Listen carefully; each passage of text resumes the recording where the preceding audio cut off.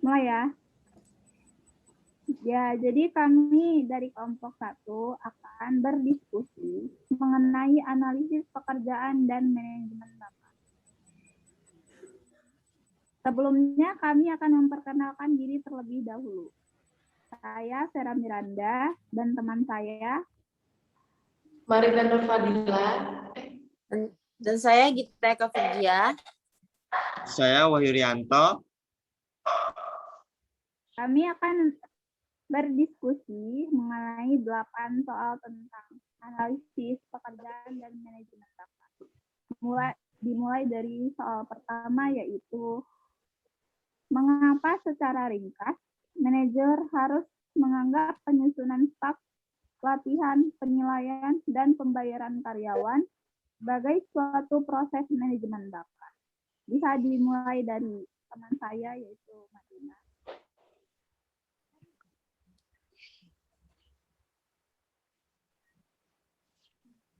Dan bisa yang lain untuk Kalau menurut saya, mengapa manajer mengapa manajer disebut dengan proses manajemen bakat? Karena menurut saya, ketika kita mendefinisikan manajemen bakat sebagai proses berorientasi tujuan dan terintegrasi untuk merencanakan, itu kita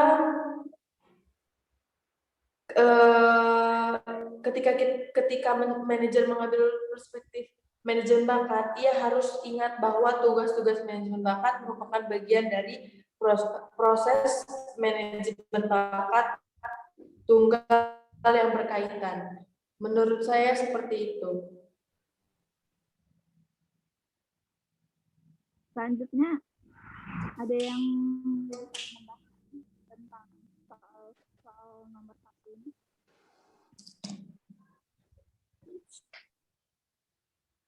Vera, suaranya kecil.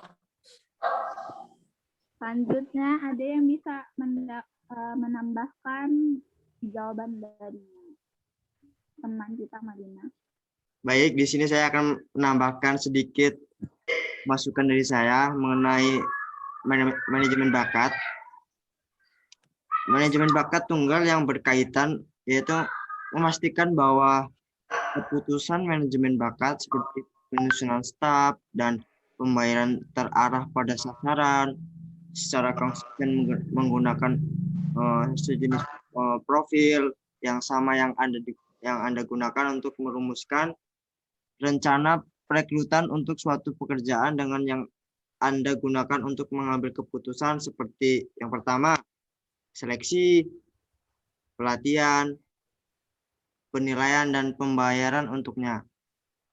Secara aktif sendiri, manajemen bakat yaitu melakukan segmentasi dan mengolah karyawan dan mengintegrasikan atau mengordinasikan semua fungsi manajemen bakat. Artinya itu yang saya sampaikan. Baik, sepertinya cukup ya untuk soal nomor 1. Kita akan melanjutkan ke soal nomor 2. 45. Artikel apakah yang biasanya dimasukkan ke dalam deskripsi pekerjaan?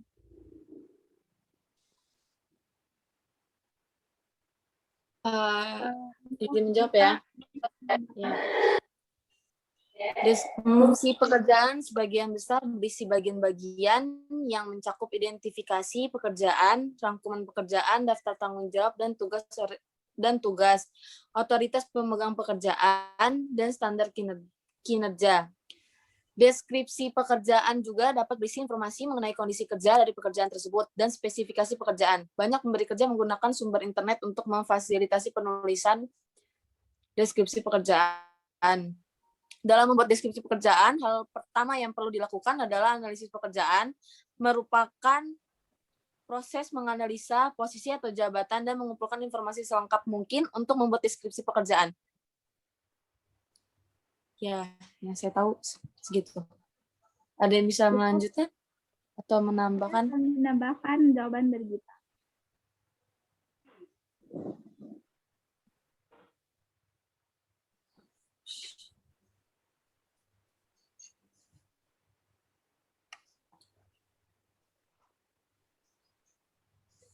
Meskipun tidak terdapat format standar, bagian besar deskripsi berisi bagian-bagian yang mencakup identifikasi pekerjaan, rangkuman pekerjaan, daftar tanggung jawab dan tugas, otoritas pemegang pekerjaan, dan standar kinerja. Deskripsi pekerjaan juga dapat berisi informasi mengenai kondisi kerja dari pekerjaan tersebut dan spesifikasi pekerjaan. Banyak pemberi kerja menggunakan sumber internet untuk memfasilitasi penulisan deskripsi pekerjaan. Apakah sudah cukup, teman-teman? Ada yang ingin menambahkan?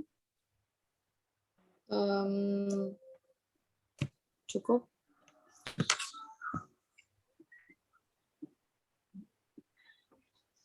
Apakah kita akan melanjutkan ke soal 4 treatment? Cukup sih, lanjut aja. Kan. Saudari Marina.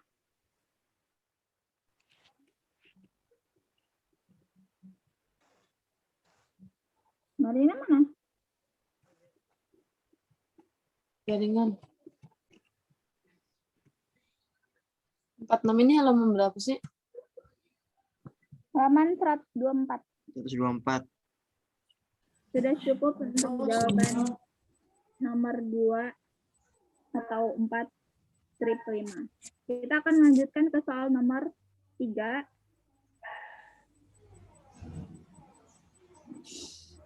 Dalam soal nomor 3, kita telah membahas beberapa metode untuk mengumpulkan data analisis pekerjaan kuesioner analisis posisi, dan sebagainya. Bandingkan dan bedakan metode-metode ini. Jelaskan apakah guna dari masing-masing dan sebutkan pro dan kontra dari masing-masing.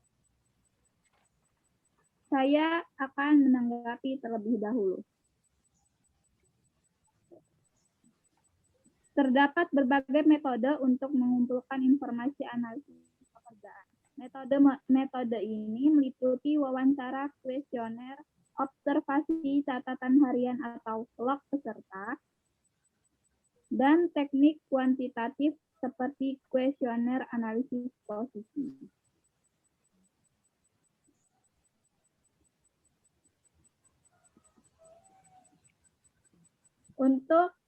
Untuk penjelasan mengenai wawancara bisa dijelaskan oleh,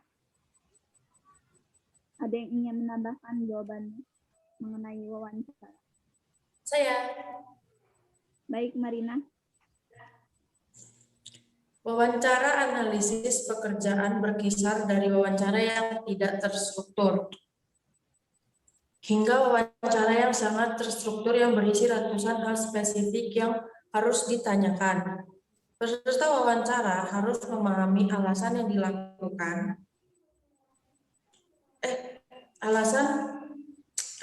dilakukannya wawancara tersebut.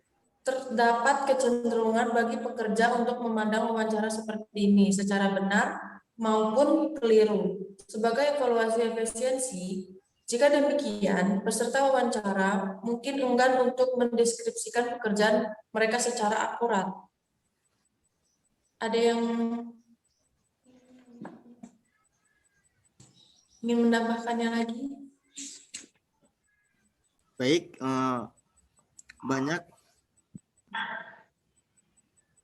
manajer menggunakan kuesioner untuk memadu wawancara. Kuesioner berisi pertanyaan mengenai hal-hal seperti tujuan umum dari pekerjaan tersebut, tanggung jawab, kepenyelidikan, tugas serta pendidikan, pengalaman, dan keterampilan yang dibutuhkan. Daftar terstruktur seperti ini tidak hanya untuk wawancara, analisis pekerjaan yang mengumpulkan informasi dengan mengganti kerja secara pribadi, atau dengan menggunakan kuesioner. Dua metode yang akan dijelaskan belakang dapat juga menggunakan daftar terstruktur. Pro dan kontra dari masing-masingnya itu pengguna wawancara yang luas mencerminkan keunggulannya. Wawancara adalah cara yang sederhana dan cepat untuk mengumpulkan informasi. Wawancara yang ahli juga dapat menggali aktivitas penting yang terjadi hanya secara berkala. atau konflik informal yang tidak berada pada bagian organisasi. Karyawan juga dapat mengeluarkan rasa frustrasinya yang mungkin terlewatkan. Cukup untuk pro dan kontra. Cukup. Cukup. Jadi guna dari wawancara adalah untuk mendapatkan informasi terkini mengenai pekerjaan Anda berdasarkan pada tinjauan tugas dan tanggung jawab. Apakah cukup dari teman-teman untuk pembahasan hal ini? Cukup. Baik, kita akan melanjutkan soal nomor 4 strip 7.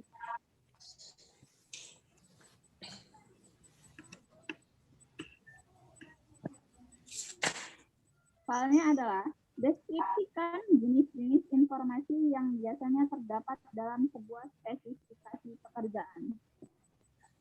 Ada yang ingin menambahkan jawabannya? Saya ingin menjawab pertanyaannya. Apakah saya bisa menjawab? Silakan.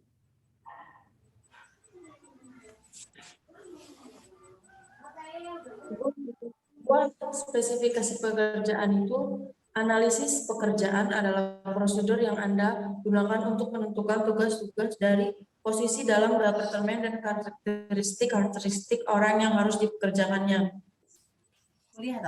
Yang kedua, deskripsi pekerjaan adalah daftar mengenai apa yang diminta pekerjaan tersebut. Sementara spesifikasi pekerjaan mengidentifikasi jenis orang seperti yang harus dipekerjakan untuk pekerjaan tersebut. Cukup. Jika ada yang menambahkan,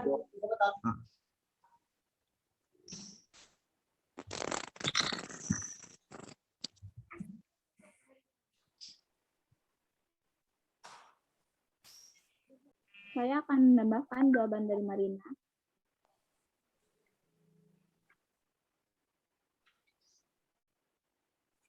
Untuk jaringan informasi dapat menggunakan ONET. Jaringan informasi pendidikan daring Departemen Tenaga Kerja Amerika Serikat yang disebut ONET adalah sebuah alat yang populer. Langkah-langkahnya yaitu tinjaulah rencana Anda. Yang kedua, kembangkan sebuah bagian organisasi. Yang ketiga, gunakan kuesioner analisis pekerjaan. Yang keempat, mendapat tugas pekerjaan dari ONET. Yang kelima, sebutkan persyaratan manusia dari pekerjaan dari ONET. Yang keenam, menyelesaikan deskripsi pekerjaan. Spesifikasi untuk personel terlatih versus tidak terlatih. Menulis spesifikasi pekerjaan untuk karyawan, terlatih, dan berpengalaman relatif langsung. Di sini spesifikasi pekerjaannya cenderung berfokus pada faktor-faktor seperti panjangnya masa kerja sebelumnya, mutu pelatihan yang relevan, dan kinerja pada pekerjaan sebelumnya. Cukup dari saya, ada yang ingin menambahkan?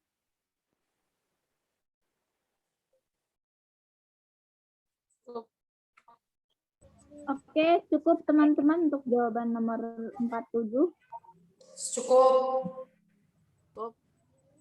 Ya, kita akan lanjutkan ke soal nomor 4 strip 8.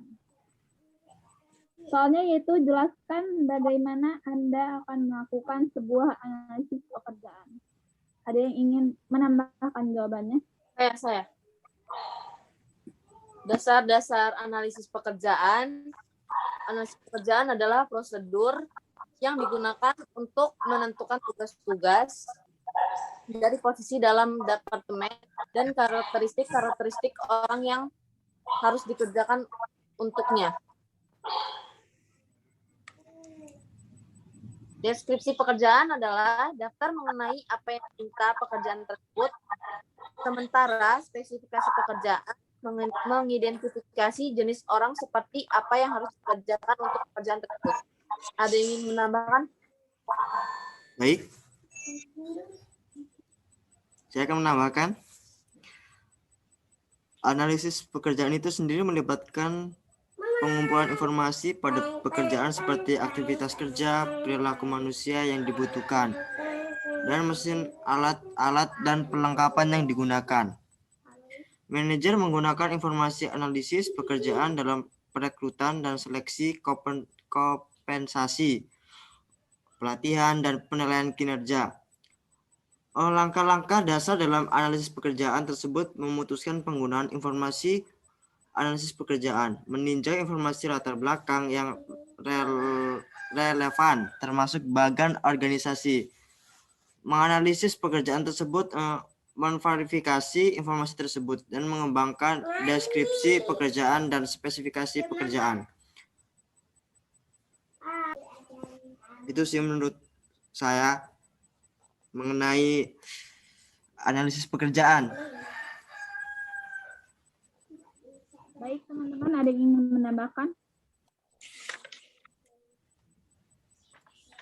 Cukup ya, teman-teman? Ya, kita akan lanjutkan ke soal nomor 4 strip 9. Apakah menurut Anda semua perusahaan benar-benar dapat berhasil tanpa deskripsi pekerjaan yang terperinci? Mengapa iya atau mengapa tidak? Silakan teman-teman, ada yang ingin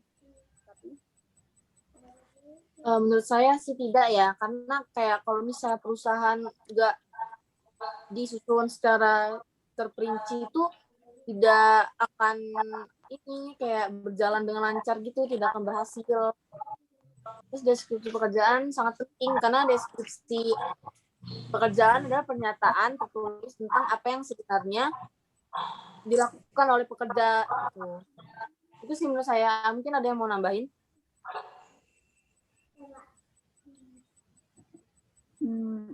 Menurut saya juga tidak ya, karena tanpa deskripsi pekerjaan kita tidak akan mengetahui tugas dan tanggung jawab dari masing-masing pekerja, dan deskripsi pekerjaan yang lengkap akan benar-benar membantu dalam memandu proses pelatihan, pengajuan prestasi, dan organisasi. Itu dari saya. Ingin menambahkan lagi atau cukup? Cukup ya. Ya, kita akan lanjutkan soal 4 strip 10. Jelaskan bagaimana Anda akan menciptakan sebuah matriks persyaratan pekerjaan untuk sebuah pekerjaan. Ada yang ingin menambahkan jawaban?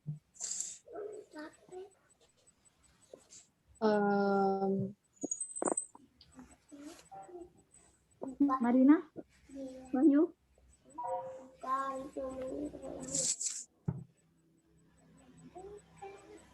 Saya ingin menjawab. Ya, silakan.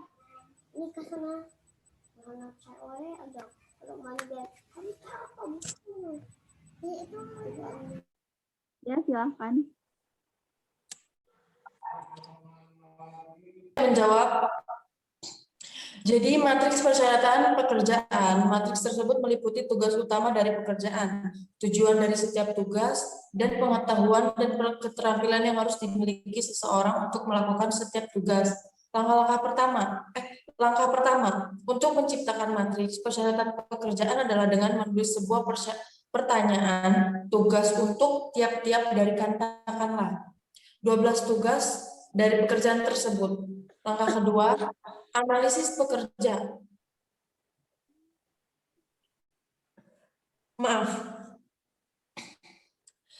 Langkah kedua, analisis pekerjaan mengambil ke-12 pertanyaan untuk yang dihasilkannya dalam kasus ini untuk 12 tugas dari pekerja tersebut dan mengelompokkannya menjadi 4 atau 5 tugas pekerjaan utama. Langkah terakhir, analisis pekerjaan menyusun semua informasi ini dalam sebuah matriks persyaratan pekerjaan untuk pekerjaan ini. Jika ada yang ingin menambahkan, silakan. Apa sudah cukup? Atau ada yang ingin ditambahkan? saya ingin menambahkan, jadi dari materi persyaratan pekerjaan dapat memberikan gambaran yang lebih lengkap mengenai apa yang dilakukan pekerja pada pekerjaan dan bagaimana dan mengapa ia dilakukan. Mengapa ia melakukannya dibandingkan dengan sebuah deskripsi pekerjaan. Baik, sudah cukup ya teman-teman untuk jawaban dari 4-10. Kita akan melanjutkan berdiskusi ke soal terakhir, 4-11. Soalnya yaitu dalam sebuah perusahaan dengan hanya 25 karyawan, apakah terdapat lebih sedikit kebutuhan akan deskripsi pekerjaan? Mengapa ya atau mengapa tidak? Ada yang ingin menjawab? Baik, tidak sih. Kenapa? Karena dalam perusahaan yang memiliki sedikit karyawan, apalagi 25 karyawan, tetap harus diperlukan deskripsi pekerjaan agar perusahaan benar-benar berhasil atau lancar untuk mencapai tujuan atau progres ke depan yang akan dia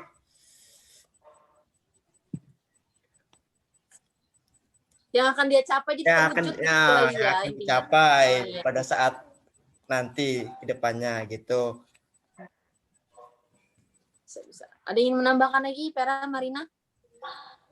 Jadi deskripsi pekerjaan itu sangat penting sekali ya, walaupun karyawannya mau sedikit atau banyak. Iya, karena deskripsi pekerjaan ini menunjukkan tugas dan tanggung jawab dari para pekerja, walaupun itu hanya sedikit ya.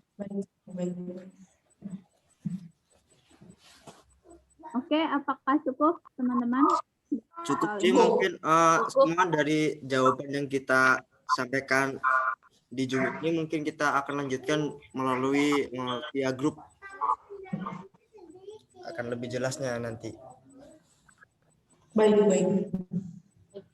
Untuk berdiskusi tentang 8 soal mengenai analisis pekerjaan dan manajemen bakat, kita sudahi sampai di sini. Kami dari kelompok 1 menyudahi diskusi ini.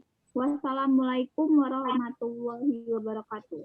Waalaikumsalam warahmatullahi wabarakatuh.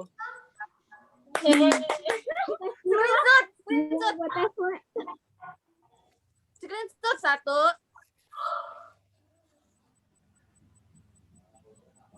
Nah, Lagi 1, kita udah 2. Sabar. Dah. udah.